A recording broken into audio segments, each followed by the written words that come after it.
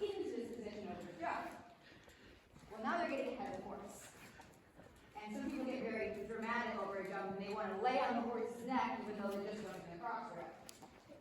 And what happens there is you're putting your weight on the front of the horse. The horses are already off balance. They have a 200-pound head attached to your table body. So they're already tilting themselves forward. They have way more weight on the front end naturally than they do the back end. And you're putting even more weight than they already have on there. So what can happen is the horse can slam on the brakes before the jump because they feel off balance. And then the rider goes, woo! Or they still jump and they feel the unbalance and they're not happy about it. And I've seen horses start bucking like crazy after fences. And they didn't have that problem before because the rider took them off balance.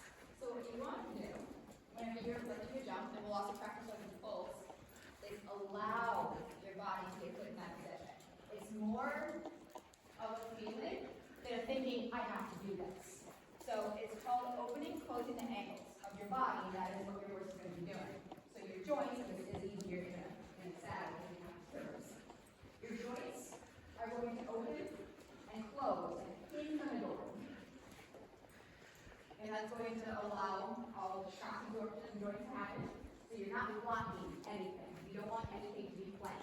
That's going to be harder for you to stay in the right position. You're going to get bounced, you're going to get jarred around, and that's not going to be comfortable. So while you go over the trot pulls later, turn her through here. Turn your belly button. A, pretend that you have stirrups on. Let those heels sink down. And I want you to put your weight more onto your thighs, less onto your bum. And I want you to keep looking up and just think about letting your joints be loose and allow them to move. Over the jump is going to be the same thing. You allow yourself to be folded into that position. You're not getting into it yourself. So you're going to be thinking forward, you're going to be thinking up, and as she goes over the jump, she comes up into your body. Ideally, she kind of jumps a little bit first. You're going to feel that. It is going to bring you forward, so you will be leaning forward a little bit. And then if she lands, you're going to be opening back up again and continue looking forward. So you're doing a lot less work this way. And if she takes a bigger jump than you expected, she's just going to fold you more. If she slams on the brake last minute and refuses to jump, well, you're back here. No folding happens. Because you didn't jump. So you are more prepared this way versus, I got to do this. So as you get her into the trot, whenever you're ready, we're going to have you try over those poles. And I want you to think about putting more weight onto your thighs, allowing the joints to open and close, going forward. Come on. Yeah, I may need to get a little bit encouraged.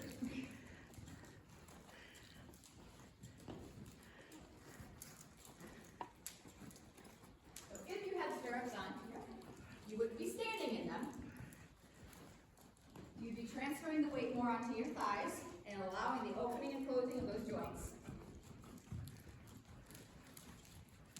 So there is no tension.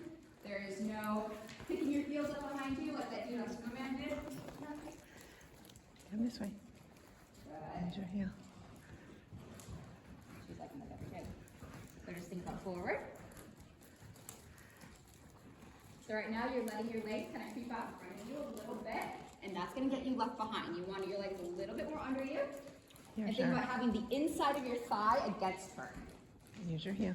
So right on the inside, and you're going to transfer your weight to that. And think upwards more with your body. It's easier with stirrups on. Yeah. Can you rise to the top bareback?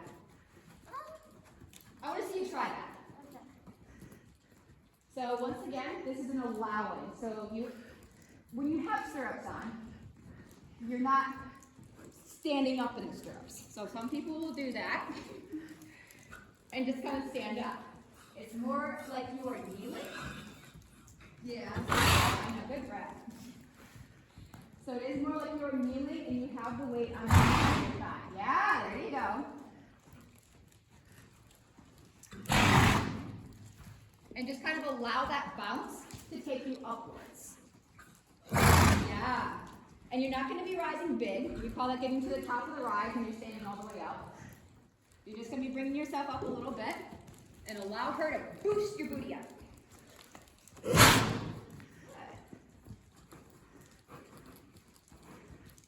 if you're not in the right diagonal, if you can only hold it for a few times. This is hard work. Just worry about your balance and how your body feels.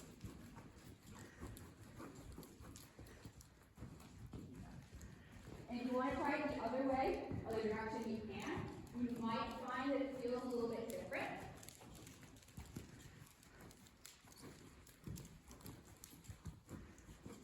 Do you know if you have a good side or a preferred side? I'm pretty sure we prefer to go this way.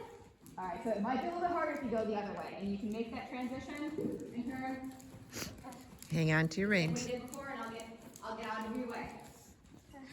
And just remember, if you are focusing on your diagonals at all, you will have to switch them. Like I said, this is hard. We ain't worried about that today.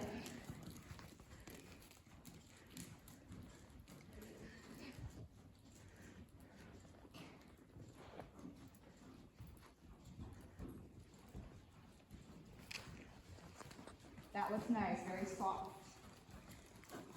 And while you're rising too, you want to allow your joints to open and close. We don't want tension. That's okay.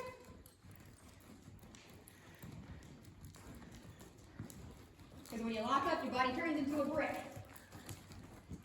Bricks aren't very good for fit riders. That's okay. Too early. There's a lot going on. Yep. I'm trying to cram a lot of information before I go to Virginia. There we go.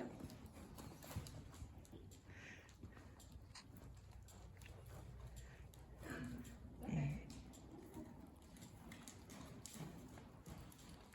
Good.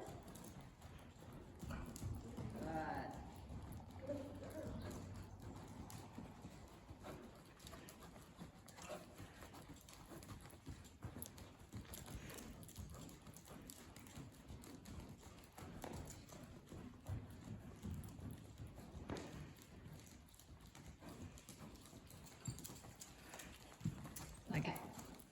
How does this feel versus going the other way? But it feels harder. How so? Like, just trying to keep her on pulls. Mm-hmm. But otherwise, it's the same. Okay.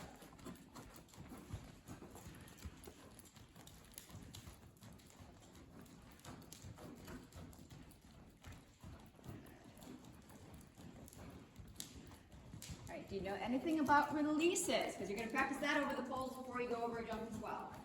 No. All right. There are a few different types of releases that you may or may not have heard of before, and that you'll probably hear about in the future. There are the short crest releases. There's a short crest release, there's a long crest release, and then there's an automatic release. And that's kind of the order of go as far as how people will learn it, the simplicity. The hardest one is the automatic release. So you have contact the entire time. You are moving with the horse the entire time. So as she goes over the jump, her head kind of stretches forward and out, especially on that landing. So you kind of come up with her with your hands. That's hard to do. The crest, the top of her neck, is where the short and long crest releases come from. Short crest release, you're not releasing very much. That's what you're going to want to do with her more so. Long crest release, you are taking your hands up here more. Now, a lot of people like to have their beginner riders, when they first start jumping, keep their hands like halfway up the horse's neck, because they're not going to get them in the mouth at all, and the horse is kind of just trusted to do their job. Now, if you have a horse that you have to control at all, it's going to be harder to do with your hands up here. If you have just a horse that's an absolute perfect angel, and you're just being a passenger the entire time, that works too. Like, I've seen people who did like this, and I'm like, it's okay. So with the short crest release, you keep your hands a little bit closer to your body, like where they are now, and as she goes over the jump, you put your hands forward just a little bit, so that when she stretches her head out upon that landing, you don't catch her in the mouth. Now what you're going to want to do as soon as she does land is take your hands back a little bit so she doesn't dart forward. So do you think more about bringing your elbows back or your Yes. hands? Yes. Okay. So it's, all Okay. this is connected. Yeah. All this is connected. So it's not just a here, it is whole body. And you're going to want to use your core to support your whole body too. of course, because you've been folded, you're in this position, your hands will come forward just a little bit.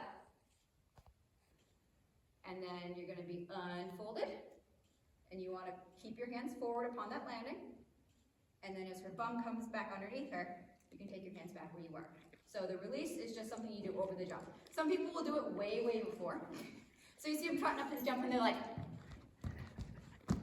over the jump. But That what, doesn't really give you a whole lot of support, because what she likes to do, she likes to jump from way back here. And that's where keeping your hands closer to your body and keeping your shoulders back here is going to help you. You're going to tell her, no, not yet. No, not yet. Okay. And then you're going to take yourself back because you don't want her to go, meow. So it says, not yet, not yet. Yes, okay, back to me. It's very quick thinking. so you're feeling in control every step. Yes. With this horse especially, you want to ride every step because she will give you nothing. If you sit there like a passenger, she will take total advantage of you. You're going to have to ride every single step, and you're going to have to really think about it. There's a lot of analytical processing happening up in here. And I know this is a lot of information. I'm just trying to help as much as I can before I go. Well, and that's why I'm videotaping. Okay, good. And then she For number one, Annie can have it to watch. Number two, you can have it as a sample video to go with your resume. Yeah. You like that too? Sure. Yeah?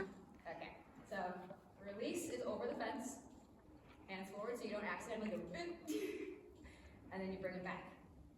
Now, what can also happen sometimes, the reins can get yanked out of your hands and you can get kind of tossed forward.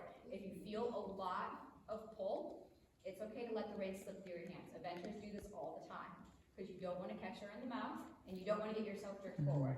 So if you feel a lot of pull, just let it happen. But it slides. Yes, let the reins slide.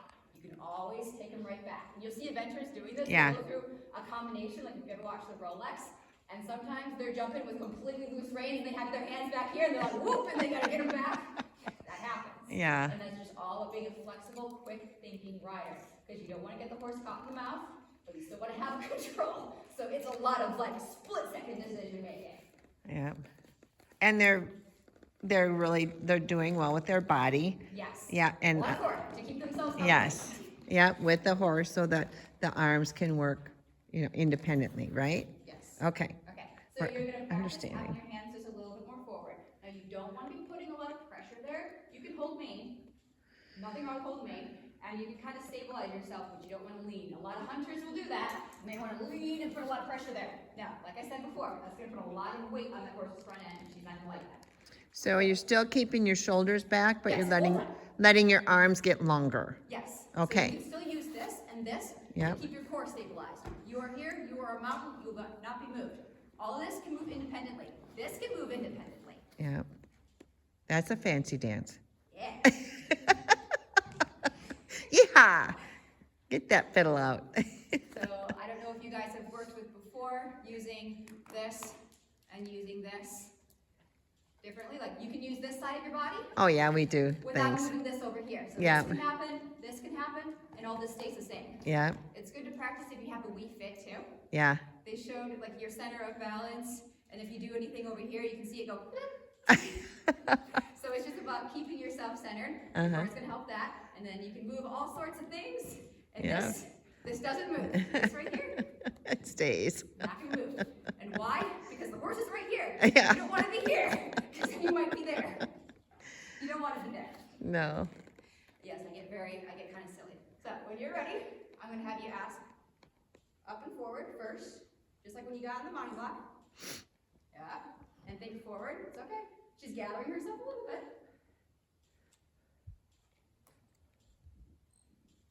There we go. And that's how all transitions are made. They are up. Mm-hmm. They are up and forward, even if it's down transition.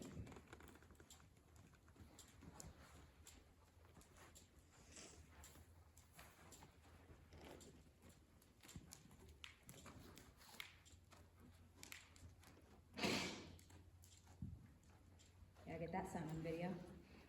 You're doing good. You're just standing and shoulder. Yeah, good for you.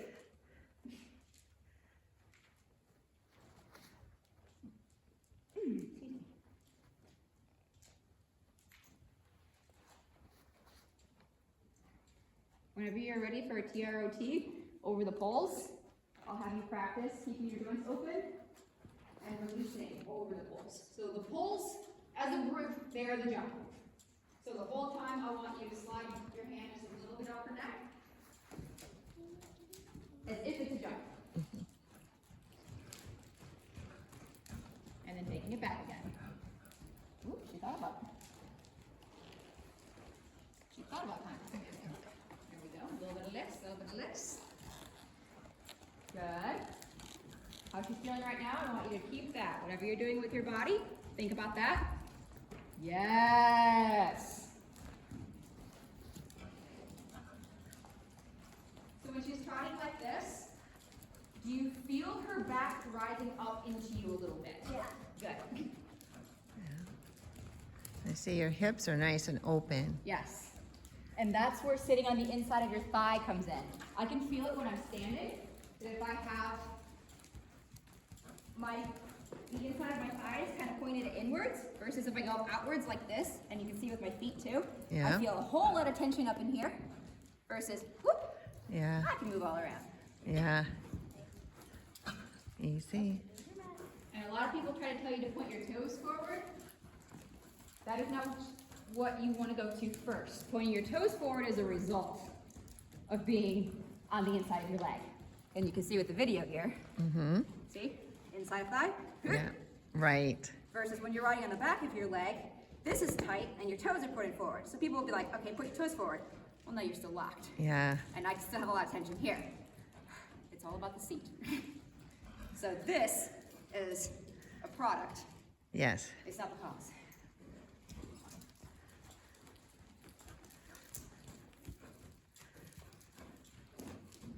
Shoulders. It's okay.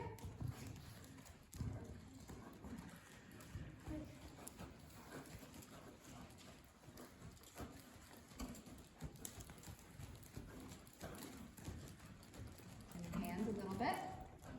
There you go. Okay. Okay. Eyes up, honey. There you go.